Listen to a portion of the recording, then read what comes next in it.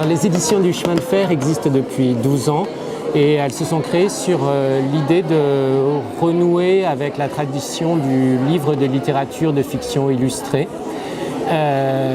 en demandant d'abord à des auteurs qui publiaient déjà par ailleurs un texte inédit qu'ensuite on confiait à un artiste pour réaliser des images, des illustrations.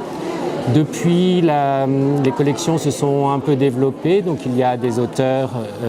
qui sont déjà connus, comme là récemment nous avons publié Posez nu, Nancy Houston, des premiers textes d'auteurs qui n'ont jamais été publiés, et aussi un troisième axe qui est plutôt un travail sur le fond littéraire du XXe siècle, en publiant soit des textes qui n'étaient plus disponibles d'auteurs dont on estimait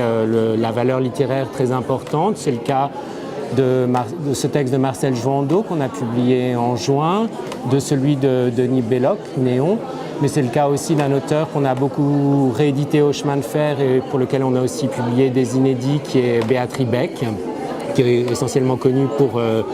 Léon Morin Prêtre, pour lequel elle avait obtenu le prix Goncourt, mais qui en fait est un auteur qui a énormément publié. Et donc ces trois axes se développent parallèlement à raison d'une petite dizaine de nouveautés par an, avec donc, ces auteurs déjà connus, Nancy Houston, Marie-Hélène Lafont, Annie Saumon, Henri Beauchot, des premiers textes et donc cette mise en valeur du patrimoine littéraire du XXe siècle, Claude Simon, Violette Leduc, Béatrice Beck que j'ai déjà cité. Et donc on essaie à travers ces trois axes toujours de soigner énormément le travail graphique et aussi d'avoir toujours un rapport du texte à l'image, que ce soit par le biais des artistes qui vont faire des images ou par le biais d'un travail plus documentaire dans la collection bleue, dans la collection Micheline, où on va avoir des pages de manuscrits, des photos des auteurs ou